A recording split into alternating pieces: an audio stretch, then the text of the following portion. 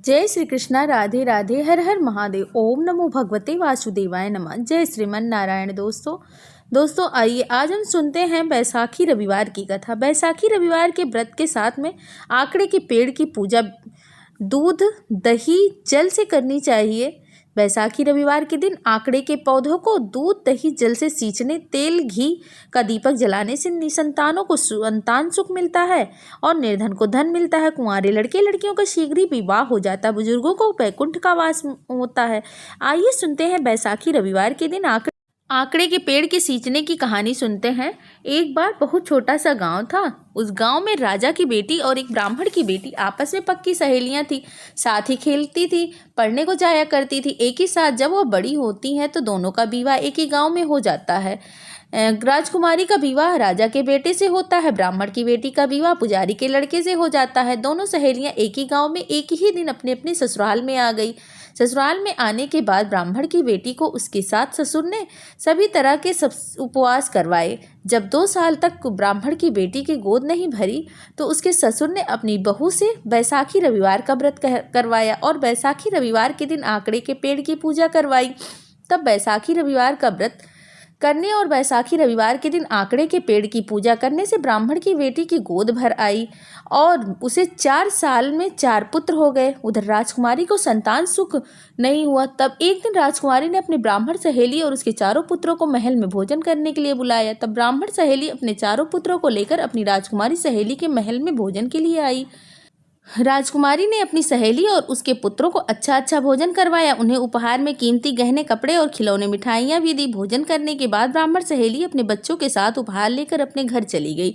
उधर महल में राजकुमारी की सास, ननद और देवरानी जिठानी राजकुमारी को ताने देने लगे कि अरे तुम्हारी सहेली के तो तुम्हारी शादी एक ही दिन हुई थी, फिर भी उसके 4 पुत्र हैं और तुम में एक भी पुत्र नहीं है। राजकुमारी को ताने सुनकर बहुत दुख हुआ। उसके मन में अपनी सहेली और उसके बच्चे के प्रति इच्छा पैदा हुई कि राजकुमारी ने अपनी सहेली के बच्चे को मारने का एक उपाय बनाया। तब राजकुमारी ने एक नौकर को भेजा, अपनी सहेली के बच्चे को भोजन पर बुलाया और खाने के जहर मिला दिया। बच्चे भोजन खाकर घर आ गए, लेकिन भगवान की कृपा से जहर अमृत में बदल गया। दूसरे दिन राजकुमारी ने सेवक भेजकर पता किया, जाओ मेरी सहेली के घर देख कर आओ कि सब कुछ ठीक ठाक है। सेवक मालूम करने गया तो वहां देखा सब कुछ ठीक ठाक था। राजकुमारी से आकर बोला, राजकुमारी जी आपकी सहेली और उसके बच्चे तो सभी ठीक ठाक है। यह सुनकर राजकुमारी सोच में पड़ गई, इतना जहर किसी को बड़े को खिलाती वो तो मर जाता, लेकिन इन छोटे छोटे बच्चों को बाल भी बाका नहीं हुआ। कुछ दिनों के बाद राजकुमारी ने अपनी सहेली के बच्चे के लिए सुंदर सुंदर कीमती खिलौने और कपड़े भिजवा दिए और उनमें जहरीले कीड़े रखवा दिए, लेकिन वह जहरीले कीड़े भगवान की कृपा से गायब हो गए। दूसरे दिन राजकुमारी ने फिर अपनी दासी को मालूम करने के लिए उसकी सहेली के घर भेजा, जाओ देखकर आओ मेरी सहेली सब ठीक ठाक है, उसके बच्चे कैसे हैं। दासी देखकर वापस आई और बोली कि महारानी जी आपकी सहेली और उसके बच्चे सब कुशल मंगल हैं। राजकुमारी सोच में पड़ गई, जरूर मेरी सहेली कोई जादू टोना करती होगी। 2 बार मैंने उसके बच्चों को मारने की कोशिश की, लेकिन उन बच्चों को कुछ भी नहीं हुआ। तब राजकुमारी ने फिर से एक नया उपाय बनाया। अब की बार राजकुमारी ने महल में जल्लादों के आज्ञा दी कि मेरी सहेली के बच्चे को रथ में घुमाने का बहाना बनाकर ले आओ और उन्हें तालाब में ले जाकर डुबो देना, लेकिन इस बात का पता किसी और को पता नहीं चलना चाहिए। जब जल्लादों ने ऐसा किया, जल्लादों ने जिस तालाब में फेंका था उस तालाब के नीचे आकड़े का एक घना वृक्ष था जिसकी जड़ें तालाब से दूर तक फैली हुई थी। उस दिन ब्राह्मणी का बैसाखी रविवार था। उस दिन उसने आकड़े के पेड़ की पूजा की थी और अपने घर परिवार बच्चों की खुशहाली की कामना मांगी थी। उधर बच्चे तालाब में गिर गए, डूबने लगे।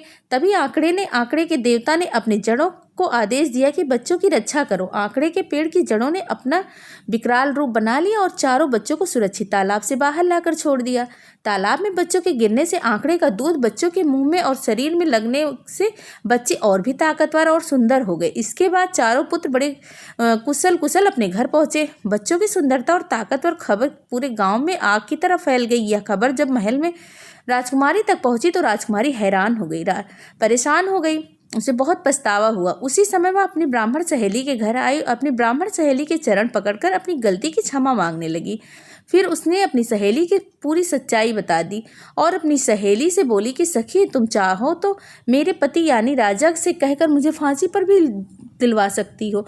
मैं तुम्हारी और तुम्हारे बच्चे की गुनाहगार हूँ। मैंने 3-3 बार तुम्हारे बच्चे को मारना चाहा। सखी, तुम ऐसा क्या करती हो कि कौन से देवता की पूजा करती हो, कौन सा व्रत करती हो जिससे हर बार तुम्हारे बच्चे बच जाते हैं, भगवान की भी रक्षा कर देते हैं। तब ब्राह्मण सहेली, जो बड़ी ही समझदार थी, उसने अपनी राजकुमारी से कहा कि सखी, तुम्हारी इसमें कोई गलती नहीं है, क्योंकि तुम भी एक नारी हो। बिना बच्चे के नारी के मन की पीड़ा क्या होती है मैं अच्छी तरह से समझ सकती हूँ।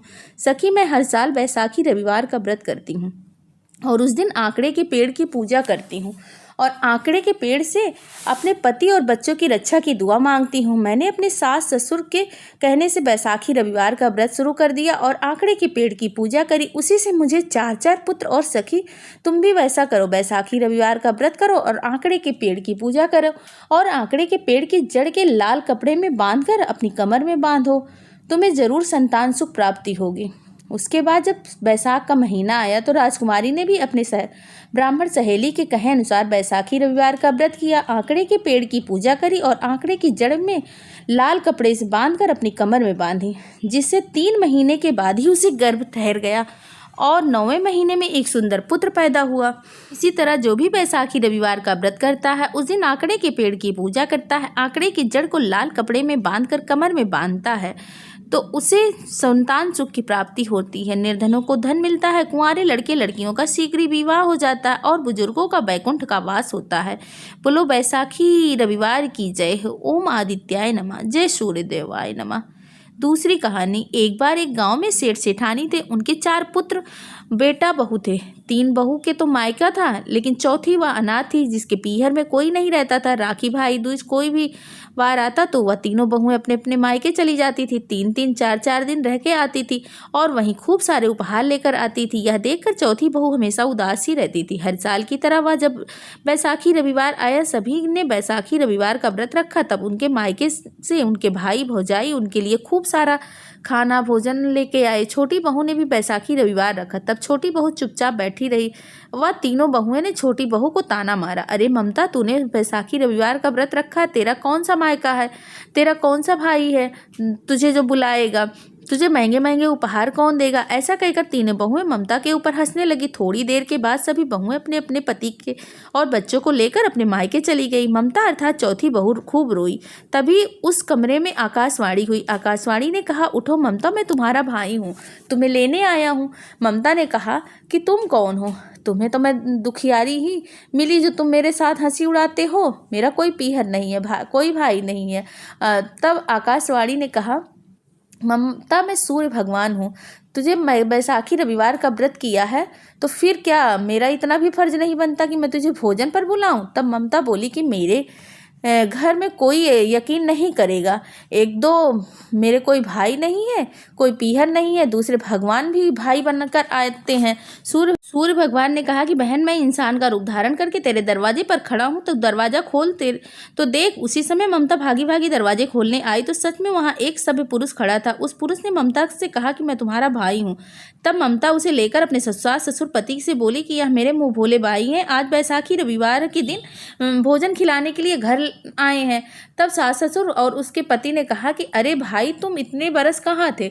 तब युवक स्वरूप नारायण भगवान ने बोला कि मैं परदेश कमाने गया था, कल ही लौट कर आया हूँ। तब सास ससुर ने ममता को उसके पति के साथ उसके भाई के यहाँ भोजन करने के लिए भेज दिया। ममता अपने पति के साथ अपने मुंह भोले भाई के घर भोजन करने के लिए चली गई। अब खूब आदर सत्कार हुआ, उन्हें खूब सारे उपहार धन रुपए दिए गए। ममता खूब धन दौलत लेकर ससुराल से आई। सभी जेठानियों की आंखें खुली की खुली रह गई।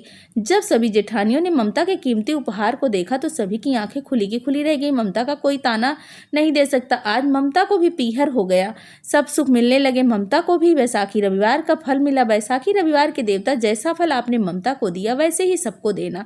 कहानी सुनने वाले और सुनाने वाले को भी देना। प्रेम से बोलिए सूर्य भगवान की जय हो।